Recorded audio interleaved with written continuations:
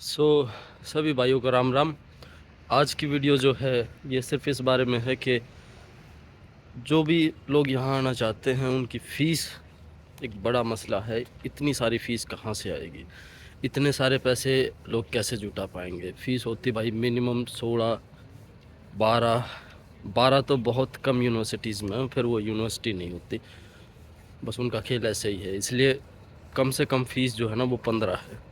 15 के बाद आप ज़्यादा भी दे लो कम भी दे लो, लेकिन 14-15 इतनी तो देनी पड़ेगी। अगर आप लंदन की किसी यूनिवर्सिटी में आ रहे हो तो मेरी अपनी यूनिवर्सिटी में 18.5 भी है मेरे कोर्स की और 16 भी है।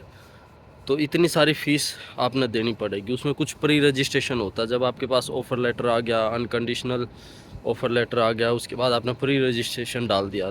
पिछली वीडियोस में मैंने यहाँ तक बताया कि प्री रजिस्ट्रेशन डाल दिया, उसके बाद क्या होगा।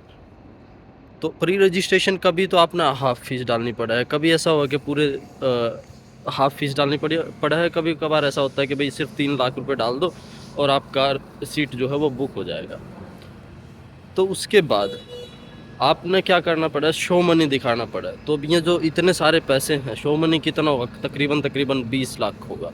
अगर यूनिवर्सिटी की फ़ीस बहुत, जैसे कि अगर 12 आपकी यूनिवर्सिटी सेंट्रल लंदन में है, इनर लंदन में है, तो 12 लाख रुपए आपने शो मनी में दिखाने हैं, living cost plus remaining fees. अगर आपने 3 लाख रुपए भर रखे हैं 16 में तो 13 वो और 12 वो, 25 लाख रुपए हो गए। 25 लाख रुपए आपने 28 दिन पुराने अपने अकाउंट में दिखाने हैं। वो कैसे दिखाए जाएंगे?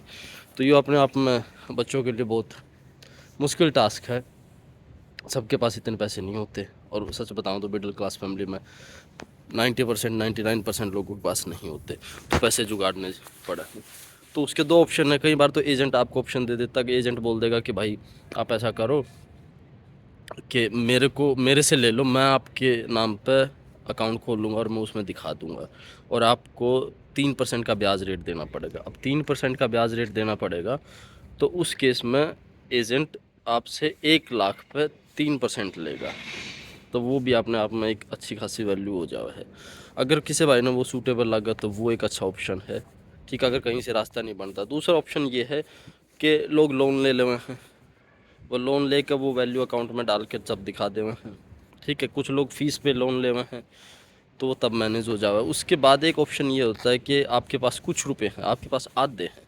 अगर मान लिया फ़ीस 16 है तो आपके दौरे 10 हैं, तो दिखाने 25 हैं। तो उस केस में क्या करेगा, 15 लाख रुपए जोड़ने पड़े। 15 लाख में आदमी क्या करा, आधे तो किसी पे उठा लेगा, भाई इधर तो ले लिए, उधर तो ले लिए, 2% ब्याज पे ले लिए, तो मैं ले लिए। उसके बाद कुछ आदमी ऐसा कर सकता है बंदा कि अपने रिश्तेदार पर ले लो, भाई जानकार पर ले लो, दोस्त पर ले लो, क्योंकि आपने सिर्फ 28 दिनों तक वो पैसे दिखाने हैं, और 28 दिनों तक दिखाने। उसके बाद जब तक आप लंदन में लैंड नहीं हो जाते तब तक वो आपके अकाउंट में रहने चाहिए। तो मैक्स टू मैक्स वो 3 महीने आपके अकाउंट में रहने चाहिए।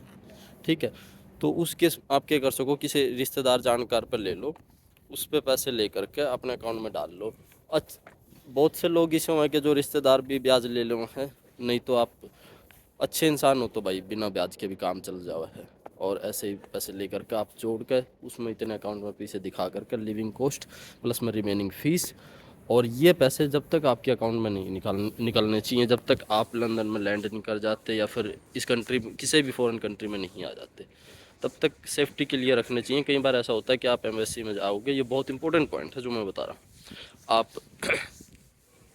इंडिया एम्बेसी ने तो आपको एग्जिट दे दिया कि आप जाइए, लेकिन आप यहाँ पे लैंड करोगे तो यहाँ पर आकर पता लगेगा कि एक इमिग्रेशन वाले बेसिक इंटरव्यू लेवा, जर्नल इंफॉर्मेशन गैदर करते हैं कि आप बंदा आया है तो कहाँ आया है, किसके साथ आया है, या किसकी के मतलब किस यूनिवर्सिटी में आया, किस कोर्स में आया है, इंडिया में पास्ट एजुकेशन क्या है, और उसके बाद पास्ट एक्सपीरियंस है तो वो क्या है।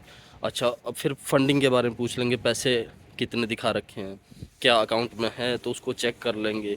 बैंक स्टेटमेंट चेक कर लेंगे, लेटेस्ट होनी चाहिए।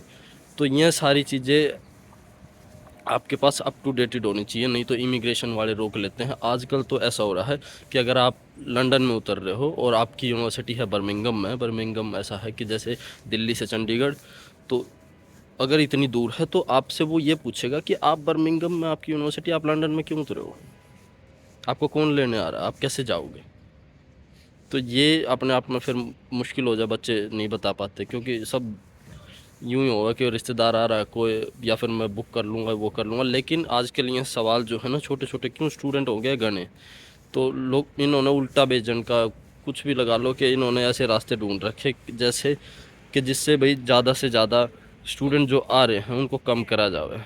लेकिन यूनिवर्सिटीज़ ऐसा नहीं चाहती, यहाँ का एजुकेशन सिस्टम ये चाहता है कि ज़्यादा स्टूडेंट आए।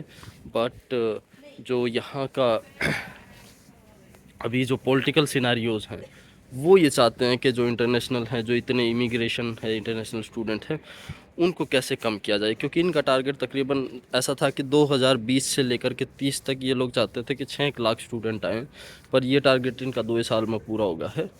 तो अब इनके लिए ये हो रहा है कि भाई इन सारे स्टूडेंटों को, जितने इमिग्रेंट हैं, उनको कैसे टैकल करें। क्योंकि इंडियन स्टूडेंट्स का ये हाल है कि अगर आते हैं तो 42% स्टूडेंट, 100 स्टूडेंट आते हैं तो 42 स्टूडेंट ऐसे हैं जो यहाँ पर वर्क वीज़ा कन्वर्ट कर लेते हैं, या फिर पोस्ट स्टडी वीज़ा के बाद भी यहाँ पर स्पॉन्सरशिप ले लेते हैं। वो एजुकेशन के बेस पर लगा लो, उनके स्किल के बेस पर लगा लो, किसी भी बेसिस पर लगा लो।